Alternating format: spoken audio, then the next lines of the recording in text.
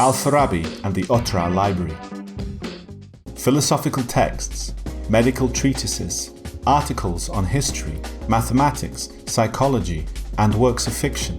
A collection of 7 million books. And what of the index system? Here they have physical records, and here the digital ones. In a matter of minutes, any query will return dozens or even hundreds of answers. Moments later, and the book we seek is in our hands. The great scientist Abu Nasr Al-Farabi could only dream of such a life. However, today, the dream of all scientists would be to find a book depository founded by him personally. Ancient chronicles unanimously assert that over the centuries, thousands and thousands of books from around the world, Kipchak chronicles, Arabic dastans, books written on white shagreen skin, Muslim inzhalis, the Gospel of Christians, were collected at the Otrar Library. Dukenbai Doszhanov, Vladimir Malov, Hills of Otrar. But where are the priceless manuscripts stored? Could the great philosopher himself have founded the Otrar Library when he left his native land? Why was the Otrar Library named as second only to the library at Alexandria? It has been argued that there was a very large and reputable library in Otrar. What do the medieval chronicles hide? I have seen manuscripts of Al-Farabi. That's, of course, it was later copies, but it's extraordinary.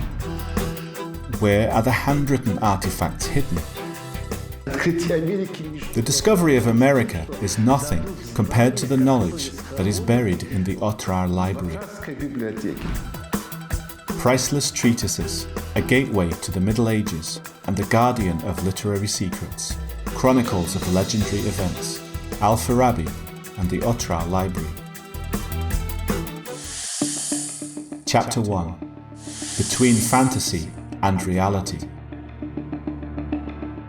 Small filing cabinets with deep drawers are an indispensable part of any library. Everything is ordered alphabetically, but also by topic or theme, or by origin. It's not easy to list everything, but the priority, the ideal system, is one that allows any visitor to the National Library to find any book they need. The chief chronicler of the Khan's court, Amit Baba, read a long list. The Kipchak chronicle wrapped in sheepskin is 75 skins, Indian books decorated with fish scales, 3,200 bales of papyrus scrolls, 90 Babylonian plates with sacred words. Dukenbai Doszhanov, Vladimir Malov, Hills of Otrar. There were around 33,000 books and manuscripts in total. An entire building with fountains and a garden was especially allocated to house these priceless documents. This is how one might imagine it to be. Such details are not mentioned in the written sources. It is something of a scientific myth because you won't find the concept of the Otrar Library in any historical chronicle or source. Medieval book depositories did look like this. For example, the Arab geographer Al-Muqaddasi also writes about the libraries of Iran. The buildings were surrounded by gardens with lakes and canals, crowned with domes, and consisted of upper and lower floors. In each room, the catalogues were kept on shelves, and the floors were carpeted. A city with large buildings made from burnt adobe bricks. It evolved into a hub on this great trade route. A typical metropolis on the Great Silk Road. Streets paved with brick, lit by night. Neighborhoods with a maximum of 15 adobe houses each. This city was almost as close to him as Visij. It is not known exactly where the house of Al-Farabi was located. By that time, Otrar was flourishing. Caravan routes converged in the city, and it had everything. The Rabat, where the artisans lived, was connected by underground tunnels to the Shahristan, the city centre protected by fortified walls. There were shops, caravanserais, guest houses, public baths, and other public institutions. Whether there were libraries or not is a difficult question, because there were literate people who could read, but whether they gathered in dedicated libraries, I do not know. It's very difficult to answer. Of course, there were specialists in certain areas of science and culture where the presence of books would have been necessary. There were such specialists. Otrar in the days of Al-Farabi, at the very peak of the cultural renaissance, like other major cities at the crossroads of the Silk Road. The Silk Road naturally played an enormous role in the formation of urban culture, or urbanization as this process is called, where certain small settlements grow into cities that then become famous centers. Dozens of libraries in Merv, a whole palace of manuscripts in Shiraz. There are even references to a traveling collection of manuscripts. One Baghdad caliph was followed by a caravan of books. At any moment, the ruler could be provided with the necessary volume. The camels carried the precious cargo in alphabetical order. One of the richest book depositories was considered to be the depository at Bukhara. In each room there were chests of books placed one on top of the other. I saw books there, the names of which many have never heard of, and I myself have not seen them either before or since. I read those books, learned all the useful things that were in them, and recognized the degree of scholarship of each author. Abu Ali ibn Sina, Biography and Works. Incidentally, the story of this literary boom began in southern Kazakhstan. The year 751 AD, the legendary Battle of Otrar, the troops of the Abbasid Empire and the Karluk Khaganate fought against the Tang Chinese army for control of Central Asia. Due to the fact that the Arab forces stood firm, history took a completely different path, and the influence of the Arabicized East on our culture is more powerful. It was here, on the banks of the Talas River, that the secret of papermaking was revealed, when two Chinese craftsmen were captured. Still a mystery to Europeans, paper had long replaced parchment and papyrus in the East, and it now began to be used everywhere. Moreover, the Central Asian cotton version of paper became the most popular. In Uzbekistan, Samarkand has now resumed the creation of Samarkand paper according to ancient methods. We now have Central Asian paper produced in Samarkand. This paper, which, unlike imported parchment, was practical and inexpensive, became the driving force of cultural progress. Hundreds of libraries appeared, and books became widely available to the public. It is reasonable to assume that a public reading room was also opened in Otrar. A library must have existed in Otrar. It is often referred to as second only to the library at Alexandria. This most famous library of antiquity housed a collection that amounted to around 500,000 manuscripts. There are accounts that suggest almost as many manuscripts were kept in Otrar. For comparison, in the same historical period, in the Cordoba Caliphate in Spain, the book depositories contained about 2 million books. Each city had its own specialization, its own specifics, its own image. Otrar was the center of scientific thought. There were a huge number of spiritual leaders and scientists who had both reputation and celebrity. That is, those for whom books were of paramount importance. So the presence of a library in Otrar is difficult to dispute. Was the famous scientist its founder? How did Aristotle change his life? And why was Al-Farabi called the second teacher? Chapter 2. Gateway to the Middle Ages. The National Library of Kazakhstan. Here, they work in half-light. Sunlight is counterproductive for the inhabitants of these halls, which are kept silent and cool.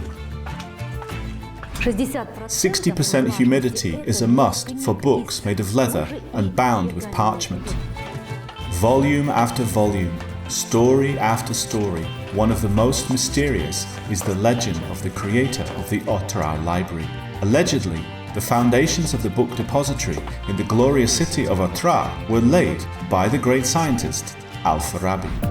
To be literate, to know the languages of Arabs, Persians and Greeks, or the language of the Jews, is all very well, but to read, a Muslim should know only one holy, heavenly book, the Quran. Abu Nasr does not spend time somewhere among the slave beauties, nor surrounded by his father's warriors, but in the repository of ancient manuscripts. Anwar Al-Imjanov, Return of the Teacher. He did not leave anything behind about his life. There is no biography of the great teacher in the work of his students. Only briefly, in the manuscripts of Farabi himself, do facts appear that open the veil of secrecy.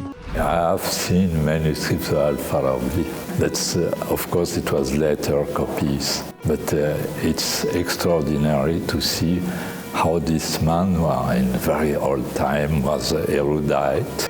Oriental manuscript specialist and former director of the Islamic Art Department of the Louvre, Professor Richard is one of the few experts who can determine both the time and the place that a medieval document was written. But I never had the chance to find a very, very old manuscript of Al-Farabi. How many more public and private libraries in the world store undiscovered Islamic manuscripts in their vaults? In the past, it was more common manuscripts used in the madrasa or the manuscripts kept in families. Are there any unknown works by Al-Farabi among them? Works that might hint at something from his biography? According to the information available, the life of the philosopher can be divided into two periods. The first, and most mysterious, from his birth to age 50. Allegedly, throughout this time, he lived in his native land and held an honorable position. The sources mention that, before his fascination with the sciences, Farabi was a judge, but having decided to devote himself to the search for truth, he quit this position, taking up secular affairs, in particular teaching. Muzaffar Khairulayev, Abu Nasr Al-Farabi. They say this happened after one of his friends gave Abu Nasr several treatises of Aristotle for safekeeping. Farabi began to read these books in his spare time and became so obsessed with them that he stepped down from his position. First and foremost, we can say that he took his first steps into science in Otrar. Most likely, he read in Arabic. The works of the Greek philosopher were very popular. He read not only one. On the Soul, he read 100 times. Natural Harmony, 40 times. Rhetoric, 200 times. That's what the legends say. Page after page, ignoring any noise outside the window. There were guard rooms on the sides of the city gate. Through them, one could climb up to the observation towers and see how, below the city gates, they would sell delicious cakes in tandoor shops. Quickly snacking on a cake, an enthusiastic reader hurries after a new treatise. Or is it a venerable librarian going around shops to replenish a collection of books? He was not the founder of the library. When Al-Farabi was born, there was already a large library. He often went there, used the books, and learned a lot back in Otrar. It should be noted that, along with the book depositories, most of the familiar regulations existed. For example, library membership. In the Middle Ages, books could also be taken home. It was, however, forbidden to write on the pages, or to hold the books by hand for any length of time. Perhaps a reader's guide to Al-Farabi has been preserved somewhere. It is believed that there was a large, reputable library in Otrar, where there were geographical works on history, philosophical treatises, and theology. In the realm of books, Abu Nasr lingered longer and longer. According to the rules, regular readers of the medieval Arab library could receive stationery and paper for free, along with the journals. And now, thoughts took wing and flew from these pages like birds. Abnan, referring to the work of an author from the 15th century, notes that Farabi, whilst in his homeland, wrote the work Second Doctrine. The nickname Second Teacher, after Aristotle, is associated with this particular case. Ibn Sina studied the problems of philosophy. Similar information is contained in an earlier source, from the collection The Return of the Teacher, on the life and work of Farabi. Why do we consider Aristotle to be the first teacher? Because Al-Farabi said that he was his teacher, and that's why we call Al-Farabi the second teacher. Ibn Sina aka Avicenna, subsequently wrote that he came to understand Aristotle only through the writings of Al-Farabi, the insight of the genius scattered across the many libraries of the East. Perhaps a copy was kept in his native Otrar, and even if he was not the founder of Otrar Library, he laid the foundations for things of greater importance. Where are the scientists' tracts found? How many namesakes were there? And what happened to the library? Chapter 3. A popular surname.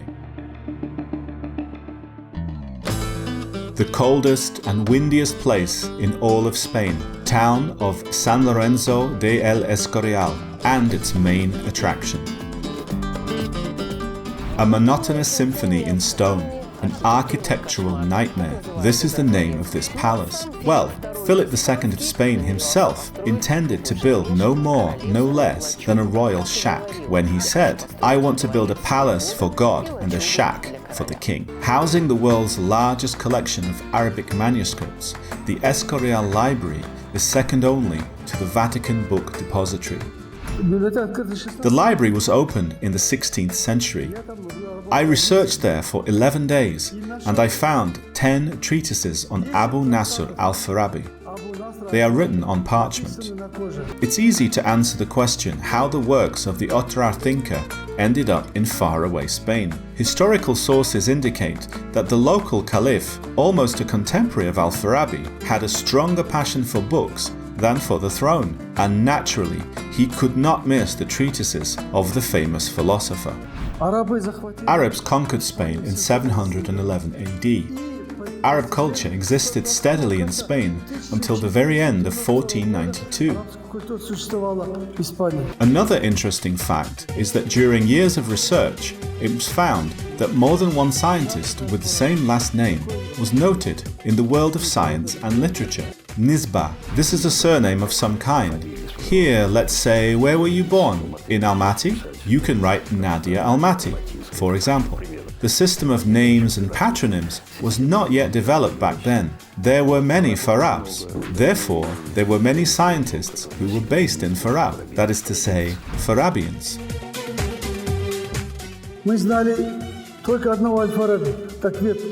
We knew of only one Al-Farabi. Now, according to my research, according to my studies of Al-Farabi, I found 30 scientists from the city of Farab.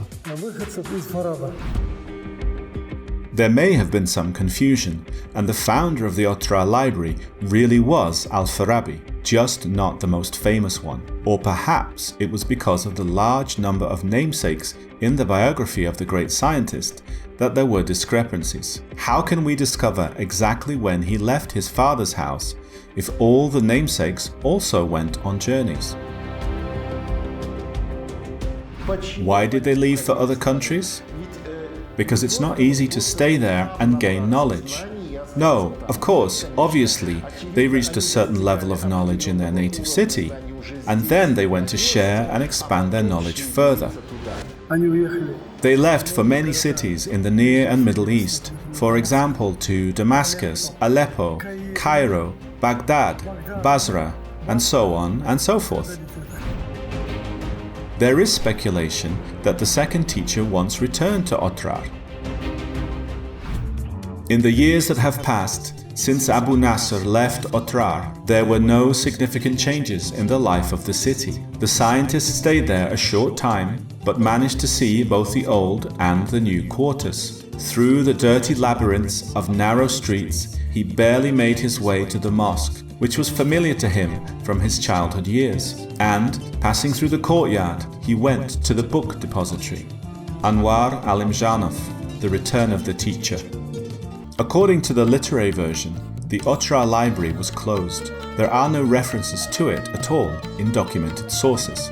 But, according to legend, the book depository continued to successfully increase both its collections and its readers until the 13th century, September of 1219, the death of Otrar. Today, we lean more and more towards the idea that the Otrar library burned down. but there is no evidence that it did. This reading room contains all his treatises and all the works about him, about the philosopher, musician, mathematician, and regular visitor to the legendary Otrar library. Did it really perish during the siege of the city? How did they save the Otrar library? What do archaeologists say? And where are the priceless books hidden? Epilogue: Mysterious Book Depository. Surely the work of the famous philosopher in the Otrar library was treated with special care and no expense was spared. At that time, a copy of a valuable book was literally worth its weight in gold. Some treatises were valued more than a herd of horses. How could the governor of the city let such treasures perish? Otrar library was one of the largest in the world, but as a frontier city that stood at the front line, Otrar suffered greatly. They say that one of the guardians of the books foresaw the events and persuaded the ruler of Otrar to transfer the library to secret shelters under the city. The siege lasted 6 months, and there would have been enough time to hide them. The steep steps went into the dungeon. At the very entrance, the ceiling was very low, but further, in the depths, it was raised, and only by lifting the lamp could you see its stone arches. The air was heavy and moist, but one could sense that the tunnel was linked to the surface above by invisible vents. Dukenbai Doszhanov, Vladimir Malov, Hills of Otrar. One account says that to this day, unique book collections are kept in these secret underground shelters.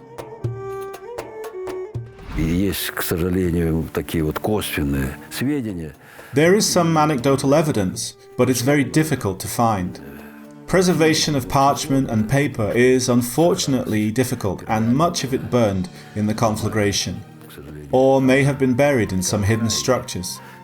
They may yet be found amongst other underground treasures.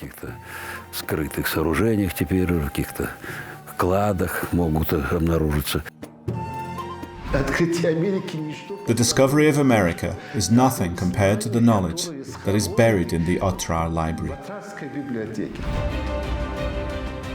Perhaps even now, buried under the dust of centuries, annals are waiting in the wings. How much could they tell of that time, the time of the great scientist and philosopher, Al-Farabi?